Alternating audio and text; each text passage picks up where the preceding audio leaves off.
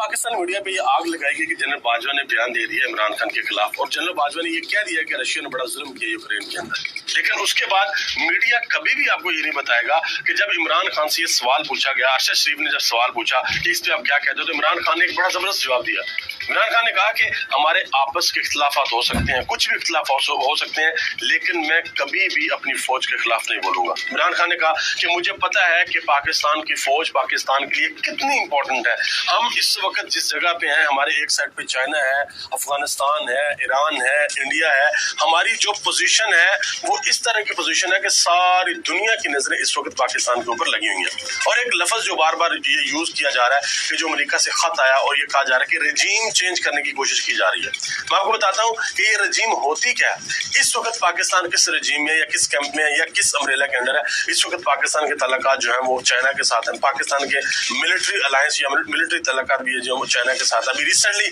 जो हमारी 23 मार्च को जो पाकिस्तान डे के ऊपर परेड हुई है, J-10C तैयारी कहाँ से आए हैं, चाइना से आए हैं। तो जनरल बाजवा ने उस प्रेस कॉन्फ्रेंस के अंदर ये भी कहा था, जब एक साफी ने सवाल पूछा कि आपके तल्लुकात आप आगे कैसे जाएंगे, तो जनरल बाजवा ने कहा था कि अगर हमारी डील अमेरिका से नहीं बनती तो फिर हमारी डील चाइना से बनेंगे तो हम चाइना से डील करेंगे, या हमारी डील रशिया से बनेंगे तो हम रशिया से डील करेंगे। कहने का मतलब ये था कि हमने अपनी हिफाजत के लिए, हमने पाकिस्तान का दिफा करने के लिए, पाकिस्तान के दिफा को मजबूत बनाने के लिए अगर हमने वेपन्स बाय करने हैं, वो डील अगर हमारी यूएसए से नहीं बन रही या किसी लेट्स सपोज किसी यूरोपियन कंट्री से हम डील कर रहे हैं, वो डील नहीं बन रही और वो डील हमारी चाइना के साथ बन रही है, तो definitely we will go with China. हम चाइना के साथ जाएंगे और हम चाइना से बाय करेंगे। और रिसेंटली हमने J-10C तैयारी खरीदे हैं चाइना से। लेकिन पाकिस्तानी मीडिया ने आपको एक ही चीज बतानी है कि फौज की और इमरान खान की आपस में लड़ाई हो गई है। इमरान खान ने फौज को जो है ना वो बुरा भला कहा है, या फौज जो है ना इमरान खान को नीचे उतार रही है।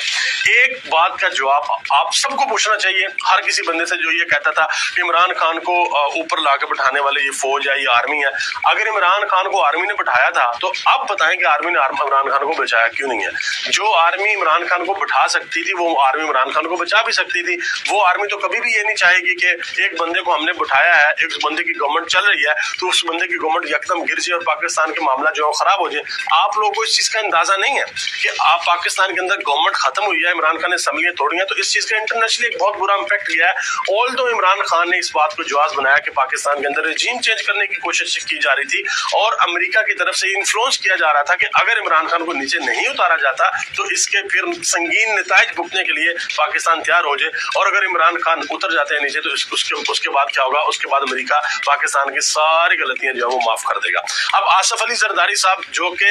नो डाउट पाकिस्तान के सबसे बेहतरीन सियासतदान है, उन्होंने एमक्यूएम के साथ मादे किए, उन्होंने दूसरी जमातों के साथ मादे किए, और जब इमरान खान ने आखिरी बॉल के ऊपर सारी की सारी पीडीएम को बोल्ड किया, उस वक्त उनको पता चला कि हमारे हाथ तो कुछ आया नहीं है। और वो अरकान जिन्होंने 40-40, 20-20 करोड़ रुपया लेके अपना जमीन बेचा था, अपने रेट लगाए थे, अब जब वो पैसे मांगने की बारी करते हैं तो आसिफ अली जरदारी ने ये कहा कि भाई देखो, ये तो उस वक्त मुमकिन था कि अगर इमरान खान नीचे उतर जाता और शहबाज शरीफ साहब वजीर आजम बन जाते तो फिर तो हम तुम्हें पैसे भी देते और तुम्हारी सारी जो जितनी भी तुम्हारी डिमांड्स हैं वो हम पूरी करते। अब यहाँ पे एक नुक्ता है, वो हम सबको सोचना है कि वो नुक्ता क्या है। वो नुक्ता ये है कि ये चाहते थे कि इमरान खान नीचे उतरे और थोड़ी देर के लिए 6 महीने के लिए इख्तिदार इनके पास आता, और जितने भी केसेस इनके ऊपर करप्शन के बने हुए हैं, वो शहबाज शरीफ के ऊपर हो, आसिफ अली जरदारी के ऊपर हो, वो बिलावल के ऊपर हो, नवाज शरीफ के ऊपर हो, नवाज शरीफ के बेटों के ऊपर हो, वो शहबाज शरीफ के बेटे के ऊपर हो, ये सारे के सारे वो केसेस खत्म करना चाहते थे। क्योंकि आप देखें, आपकी जितनी भी पीडीएम है, शहबाज शरीफ बेल पे बाहर है, मरियम नवाज बेल पे बाहर है, नवाज शरीफ तो ठप्पा लगा हुआ भाई, वो मुजरिम भागा हुआ बाहर जाके, दिल के ऑपरेशन हो रहे हैं। और एक अजीबोगरीब बात, आप यकीन नहीं करेंगे मेरी बात का, कि जिस दिन इमरान खान ने असेंबलियां तोड़ी हैं उस दिन की फ्लाइट थी किसकी, जिस दिन इमरान खान ने असेंबलियां तोड़ी हैं, नवाज शरीफ तो पाकिस्तान आ रहे थे, नवाज शरीफ की तो टिकट बुक हो गई हुई थी। आप देख सकते हैं कि नवाज शरीफ की टिकट कैंसिल हुई है, नवाज शरीफ ने पाकिस्तान आना कैंसिल कर दिया। कब के बाद, उस वक्त के बाद जब नवाज शरीफ को यह पता चला कि भाई अदम एतमाद की वोटिंग हुई नहीं है और असेंबलियां तोड़ दी हैं, अदम एतमाद मुस्तरद हो गई है, असेंबली इमरान खान ने तोड़ दी है, तो नवाज शरीफ ने कहा कि नहीं, अब मेरे डॉक्टर मुझे इजाजत नहीं दे रहा, मैं पाकिस्तान नहीं जा रहा, अब मेरे दिल को एक और हार्ट अटैक आएगा और मैं यहाँ पे बिस्तर में सुकून से लंदन में बैठूंगा, मैं पाकिस्तान नहीं जा रहा। सो पाकिस्तानियों, अब हमने ये देखना है कि जो हमारे अगले इलेक्शन आ रहे हैं, उन इलेक्शन में अवाम कहाँ पे खड़ी होगी। क्या अवाम पीडीएम के साथ खड़ी होगी या फिर अवाम इमरान खान के साथ खड़ी होगी, ये फैसला पाकिस्तान की अवाम ने करना है।